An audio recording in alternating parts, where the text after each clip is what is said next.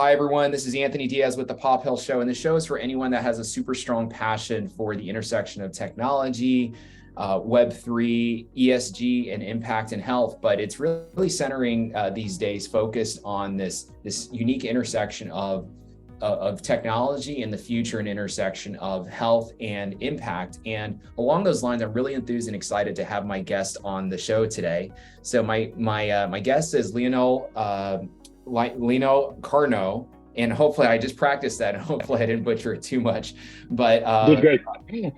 he is a partner at Earlybird Venture Capital based in Zug, Switzerland. He's done some really amazing stuff, really amazing work in impact and in health. I'm not going to steal his thunder though. Welcome to the show. Really appreciate you being here. Thanks, Anthony. My pleasure.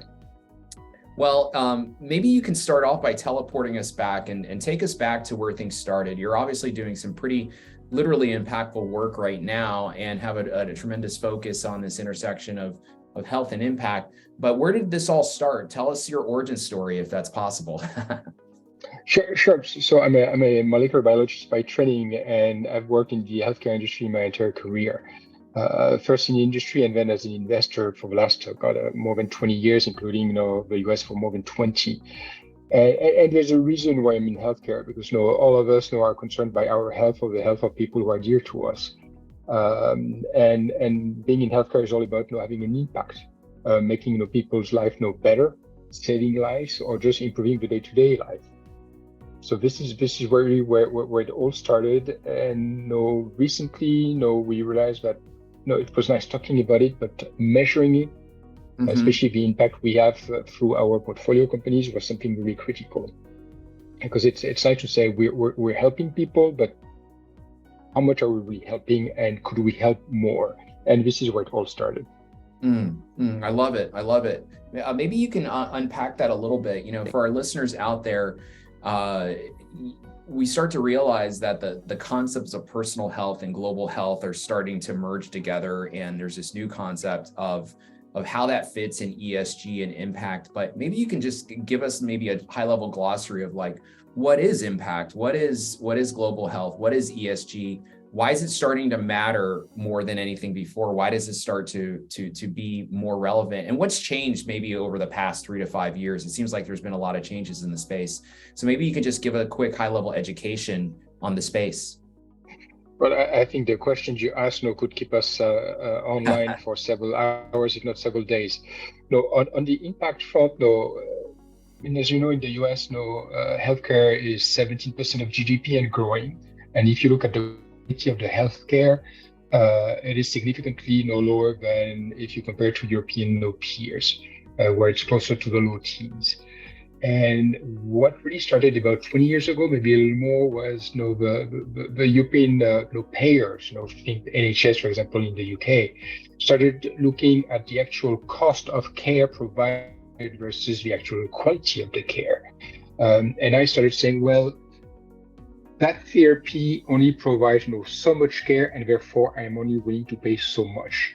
And so the notion of measuring impact and valuing impact really started at that time. And since then, most of the European payers, Sécurité Sociale in France, EQUIC in Germany, started doing the same. So impact was measured, and return on impact also became a critical point for all payers in Europe, whether public or private. And that in the US isn't there yet, but if you look, maybe the only exceptions are fully closed systems, a la Kaiser Permanente, that actually do it because they are payers and also care providers. And so that was the first way, which was really impact. And ESG is only arriving now, as you stated, in the last few years. And it's not only at the big corporate level, thinking of the Pfizer's and GSKs of the world, but it's also starting really at the bottom of the value chain, with what we do, we investors, VCs, with all of our companies, hoping that our tiny companies with 5-6 employees, when they become hundreds of employees and their drugs or medical devices get to the market, have ESG and impact in their DNA starting from day one. I love it. Maybe you can tell us a little bit about some of the exciting things that you're investing in? What are some of the kind of companies and solutions that you're looking at investing in, what you want to see more of, what you want to invest more of? And then what's more important is, what are the problems in this area that some of those companies or theses that you have as a VC, what problems are they solving? Just love to hear maybe some examples and some theses on some solutions that have you excited these days. Well, again, a very broad question. If I look at two the main areas we're investing in, the first one is biotech and the oncology. We all know someone around us who has cancer, has had cancer, or died of cancer. And this is really one of our areas of focus. And nowadays, there have been so many new discoveries as to how to tackle that issue. We finally realized that the silver bullet doesn't exist. There are many pathways that intervene, and that tackling one doesn't suffice. You need to look at several of them. Really change the way we look at therapies and solution and how we invest as well. So that is one of the most exciting fields we're investing in. On the other side, when we look more at medical technologies, as you said in your beginning of this podcast, technology has become more and more prevalent in what we do in medical technology, and the border between tech and what we call digital tech and med tech, which is bolts and screws, is becoming narrower and narrower. And AI, for example, plays a more and more important role in what we do in medtech, whether to actually control and manage devices or to actually feed the data to and from these devices. It's same in diagnostic as well, whereas AI is playing more and more a key role in analyzing all the data that we get much better and much faster than any human could do. Nice. Very exciting field. You guys have put out a really good report that's really comprehensive, that talks not just about health, but obviously ESG and the convergence of it. When you look at ESG in this growing industry and the ways of tracking it, the metrics, the opportunities of supply chain and the data tracking, what are some maybe information technology related investment theses that you're wishing or that are of interest to you, or you're wanting to see occur in that ESG space? It does feel like it's moving so fast, but there's still a lot of infrastructure that needs to be had. You also look at, asset managers in the world looking at, potentially tokenizing related assets in ESG, but wanted to hear your theses on specifically on ESG type solutions, maybe related to information technology or currency, or what's missing in the space, what still needs to be created in that space, over the next few years or even 10 years. Yeah, and so the field of ESG in healthcare is only starting, and the main hurdle we have on that front is really regulatory. Think FDA and EMEA.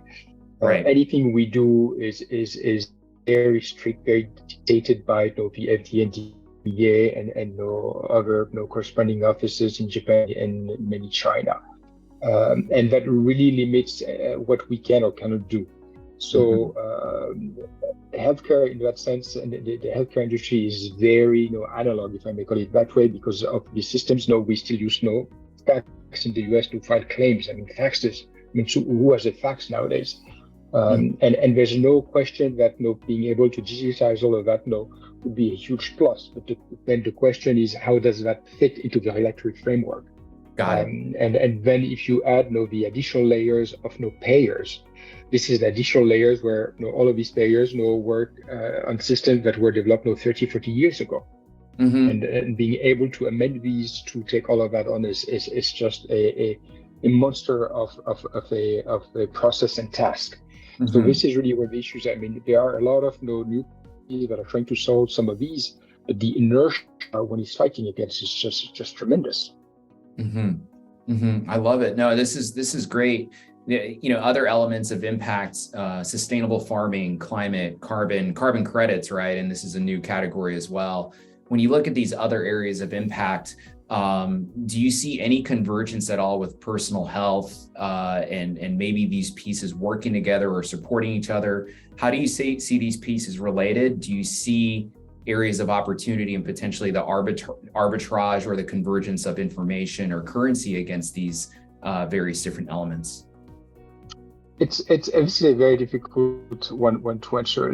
Let's say that no, if I look at all the trends and so on, Hmm. no, it seems that what only works is the stick, and Uh-huh. unless there is an entity, a government, an agency that comes and says no, do this or else you're out of the market, nothing happens. And the EU on that front, I think, is really once more leading the charge here by Mm-hmm. simply forcing companies, as you mentioned, the value chains to fully control what happens in their value chain. Hmm. And there's no choice, it's the law. So if you don't do it, simply you cannot be commercialized. They're Hmm. also forcing companies to diminish or simply let go of no packaging. And Hmm. again, you have no choice. If you want to be on the market, you do it or you're out. Hmm. And so on and so on. So this in that sense is helping. But I think people completely underestimate the regulatory nightmare that the pharmaceutical industry or just the healthcare industry lives in, Hmm. and also the mosaic it is. It's not an industry that can even look at the global level or even at the continental level. It's just so fragmented by rules and regulation at each and every level that it's just a nightmare for me. And in addition to that, you have Earlybird, if I'm correct, primarily focuses on Europe. If I'm Correct. correct, Yep. how would Yep. you contrast a lot of the things we're talking about here by Europe versus Asia versus U.S. or Africa? Is there a strong regional or continental, perspective that needs to be considered when we're looking at health and impact? And what's your thesis about the regional complements, supplements, or struggles maybe that may be there between I know that's a probably a question that probably has 18 other questions as a follow-up for that, but just kind of curious how your mental model as you think regionally. Yep. So again, Europe is really a leader in that front, and everything comes directly within the EU, Right. and then goes down to each and every nation and country and so on. And it's all centralized, so it's one, and you know exactly where it is, what it is. If you go in the US, many of the items that fall, for example, under ESG and impact, depend are under the control of several, say many agencies.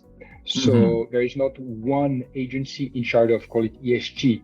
You find it in AHS, you find it in labor law with OSHA and so on. So it's just scattered, Mm-hmm. and so it's very very difficult to look at it as a whole in the US. Whereas in Europe, the EU says this is the way it is, and we, the EU, control it, and this is these are the guidelines and the framework within which you have to operate.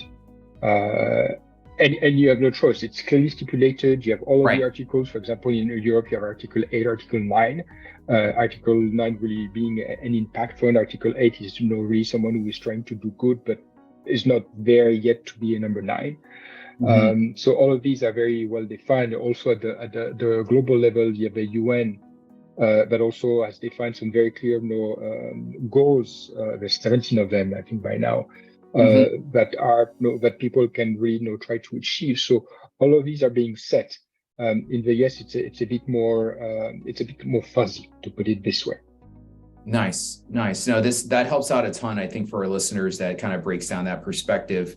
One element that we hadn't really talked about is a potential correlation, the way you see it, maybe between energy, right? So there's a couple of new thematic technologies that are compounding upon themselves, right? We've got new concepts of energy being brought about. There's AI, Web3, decentralization, transportation as well, leaps and bounds happening in these different areas. Kind of curious if what you think about these new emerging technologies. Do you see opportunities with these emerging technologies in health or impact? And maybe any correlations or mindsets that you have related to energy, is there something there in the intersection there that hasn't been correlated or discovered yet when we have these new technologies that are pushing our society forward? Yeah, well, on the AI front, there's no question that AI is going to play a more and more important and critical role in healthcare. Mm-hmm. Energy, don't see too much correlation because I don't think that healthcare as well is a big energy consumer. I mean, unless you talk about the hospital and so on, but it's just nothing compared to the manufacturing industries and so on. Water still remains a key resource that we know today is becoming more and more difficult to get to. We see that in the US, we see that in the Middle East, we see that in Asia as well, and we see some place where the pharma industry in particular has a big role to play. Otherwise, again, because of the regulations, unless the regulations are amended to allow to use these new technologies, we simply cannot, and it's very difficult. So we can push, but these agencies, whether FDA or MEA, just are have a humongous inertia. And remember, the main goal is do no harm. Right. No, this is great, Lionel. To kind of cap us off, so this is really great. I really appreciate you telling us about your background, what led you to where you're at right now, some of the theses and elements and dimensions of health and impact. I think really frames things up for our listeners. I guess one kind of like final, always question I'd like to hear about is the future. Tell us about the future, the way you see it. What does success look like in these areas in health and impact? What you'd like to see happen in the future? And then, how do you measure your fulfillment in supporting that future? Just love to hear kind of your connection, what you'd like to see happen. And if you can maybe cap us off with a future perspective. Yeah, I mean, I think you summarized it very well at the beginning. It's really true personal care, personal medicine, where what the pill, the therapeutics, the solution that will be provided as patients is really tailored to us. So we will get the right drugs or the right combination of drugs with the dosage that is appropriate to us. We will get the implant that has been made specific, especially for us, that fits our body, the way it should be, and not something that is on the shelf. And all of that can only happen with new technology, with AI again playing a key role. Even in drug discovery, AI plays a key role, so that we don't go and throw all the spaghetti on the wall and hope that something sticks. AI allows us to really find the solutions that today we can find. So I think this is really where we're going. I think it's amazing, and when we look at how we invest forward, we use something that is called the impact multiple of money. We are trying to, for every euro or dollar we invest, we are trying to maximize the impact we make through our investments. As of today, we set the bar at 5. Our goal would be to be in the double digits in the coming 5 years, 10 years. Okay. And that can only be done thanks to technology. Nice. And innovation. Nice. Lionel, this has been great. I really appreciate your time and your thoughtfulness on the work that you do, the way that you're sharing your work and what Earlybird does as well. It's really, really impactful, work, literally what you're doing. So we really appreciate it. Very last question is, if our listeners would like to, follow you on social media or potentially get in contact with you, and you would like that to happen, what would be a good way to do so? LinkedIn, Twitter. Okay, great. Well, we'll definitely link to those in the podcast episode. I just want to say this was great having you on. Really love to have you back, maybe in increments of every 6 to 12 months, if that's possible, and just hear about more of the investments you guys are doing, the theses, the change that's happening. Obviously, you already have a tremendous amount of portfolio companies that are doing some tremendous work. So I'd love to hear about the progress there. And to our listeners out there, this is the Pop Health Show. This show is for the convergence of technology, health, and impact. And Lionel, thank you so much for being on the show. This was great. My pleasure, Anthony. Thank you. Thank you so much. Thanks. Bye.